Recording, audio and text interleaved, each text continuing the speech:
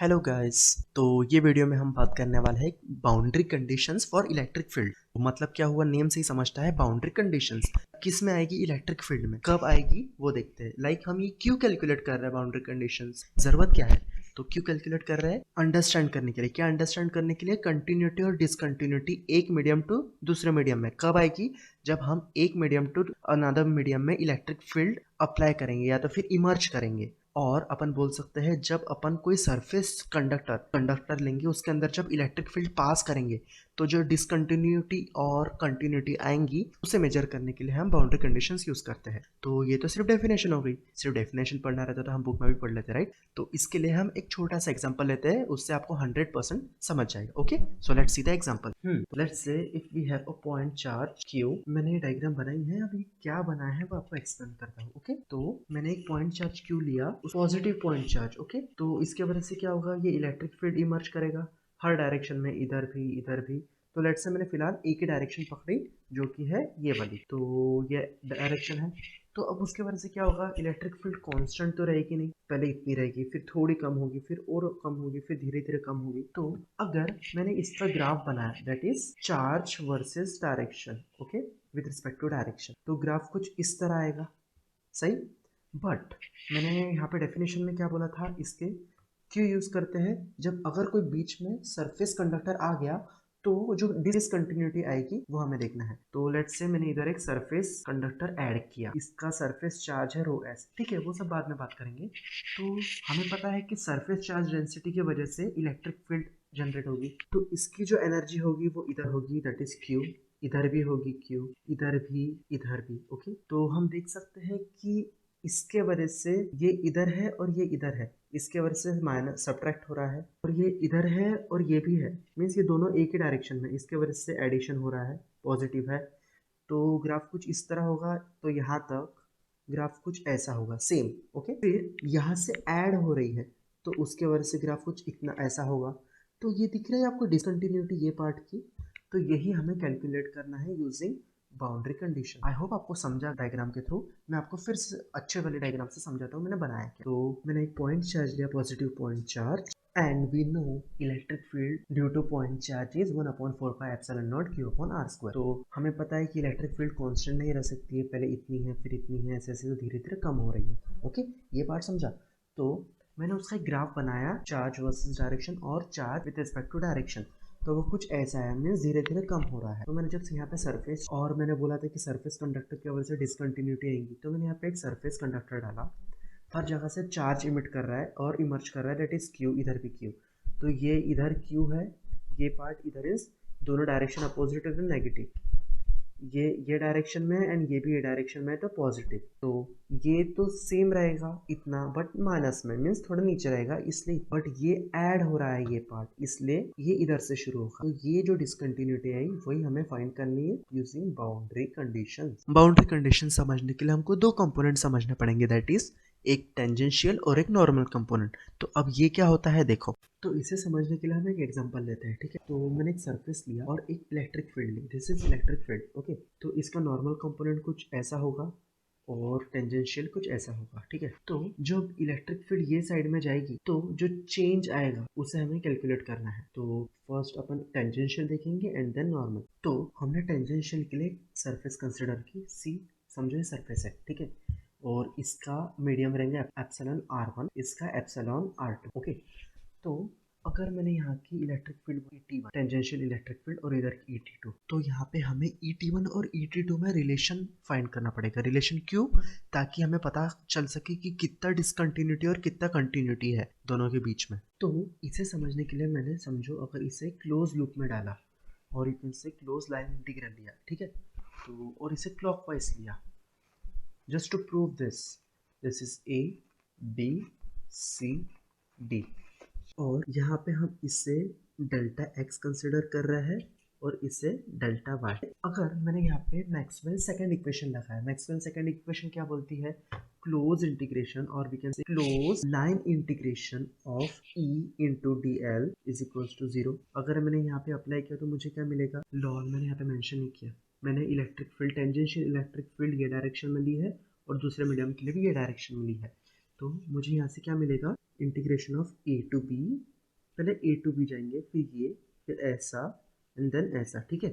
तो ए to B मुझे क्या मिलेगा, E of T one into D L plus B to C, कुछ है ही नहीं B to C, C electric field ये डायरेक्शन में है, हॉरिजॉन्टल वर्टिकल है ही नहीं, हॉरिजॉन्टल डायरेक्शन में है, ठीक है। तो ये जीरो मिला, plus C to D minus times E L, क्यों, क्योंकि अभी हम ऐसा जा रहे हैं, ऐसा जा रहे हैं और डायरेक्शन ई टी टू की ये साइड में है और अपन अपोजिट जा रहे हैं, इसलिए माइनस टाइम्स ई T into D L plus zero. ये पार्ट समझा। तो क्या मैं इसे कुछ इस तरह लिख सकता हूँ, integration of E T into D L, E T one into D L, मुझे ये इसके लिए मुझे यहाँ पे क्या मिलेगा, E T one into D L के लिए D L is delta X one, तो मुझे मिलेगा E T into delta X one minus E T two into delta X one which is equals to zero, क्योंकि अपन Maxwell equation use कर रहे हैं, means E T one is equals to E T two. Okay, ये part cut होगा ये इधर जाके, तो हमें ये मिलेगा और यही हमें चाहिए। हमने ये प्रूफ किया कि electric field is continuous for tangential component दोनों मीडियम में। ये मीडियम में अगर ET1 है तो दूसरे मीडियम में भी ET2 रहेगी। ओके, तो यहाँ पे ET2 है, समझा। पास टेंजेंशियल के लिए इलेक्ट्रिक फील्ड में तो एक रिलेशन हो गया, बट हमारे पास एक और रिलेशन है जो कि इलेक्ट्रिक फ्लक्स डेंसिटी में और इलेक्ट्रिक फील्ड डेंसिटी में। वो क्या हुआ, electric flux is equals to epsilon naught epsilon R into electric field that is E। तो T1 के लिए क्या होगा, T1 के लिए क्या मैं इसे कुछ इस तरह लिख सकता हूँ, DT1 upon epsilon naught into epsilon R1 is equals to DT2। ये T2 के लिए हमें पता है T2 और T1 दोनों इक्वल है, मीन्स ET1 और ET2 दोनों इक्वल है, राइट।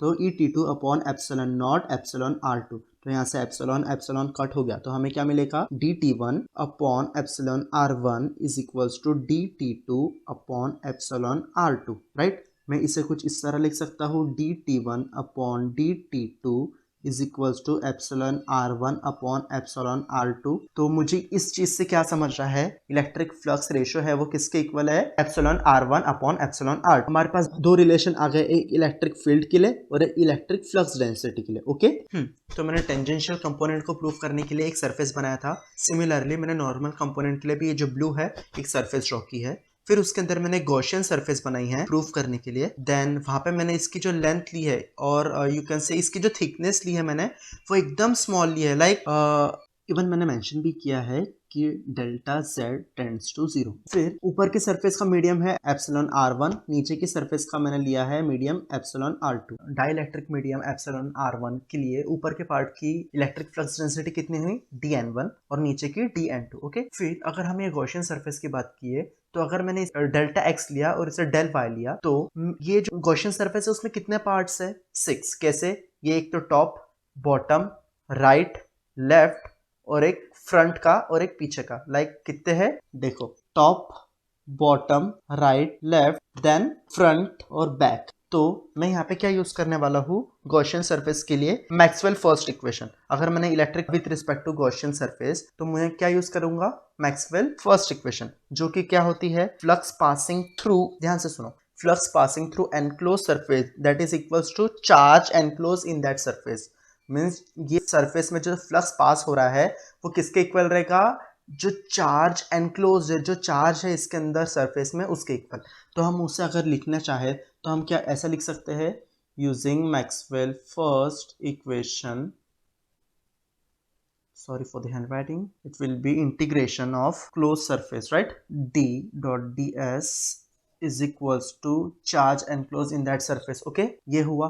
बट अगर मैंने इंटीग्रेशन किया हर एक पार्ट के लिए, लाइक टॉप के लिए, बॉटम के लिए, राइट, लेफ्ट एंड फ्रंट के लिए, तो मुझे क्या क्या मिलेगा, इसे अगर मैं सिंप्लीफाई करूँ तो मुझे मिलेगा integration for top d dot ds, फिर बॉटम के लिए, देन राइट के लिए, प्लस लेफ्ट के लिए, प्लस फ्रंट के लिए, प्लस बैक के लिए इज इक्वल्स टू q। तो क्या करेंगे, सबसे पहले हम टॉप के लिए देखेंगे।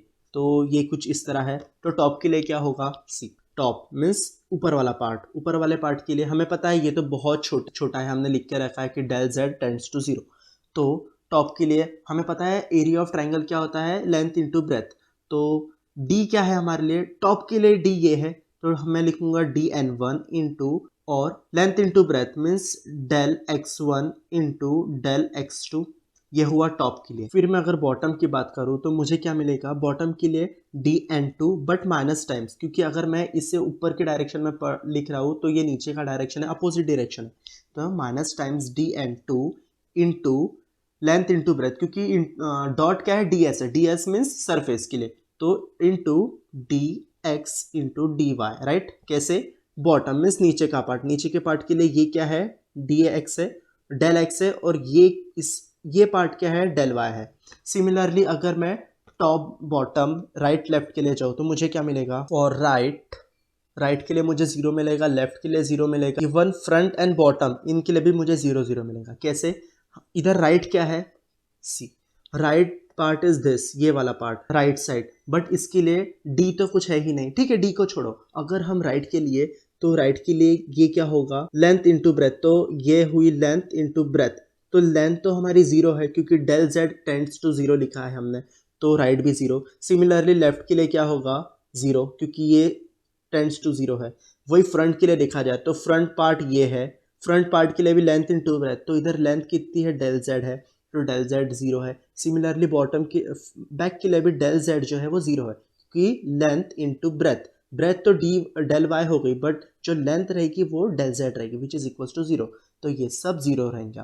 तो मैं इसको अगर लिखूँ तो मुझे कुछ इस तरह मिलेगा क्या, कि इसके लिए मुझे क्या मिलेगा, dn1 into del x into del y minus, क्यों माइनस, क्योंकि ये अपोजिट डायरेक्शन में है, dn2 into del x dot del y, dot नहीं, into del y is equals to q. तो अगर मैं इसे और सिंप्लीफाई करूँ तो मुझे मिलेगा dn1 माइनस dn2, मैंने ये पार्ट कॉमन लिया, ओके, तो यहाँ से मिलेगा q upon del X del Y, okay. और ये क्या है, यह है surface density, that is rho S, okay.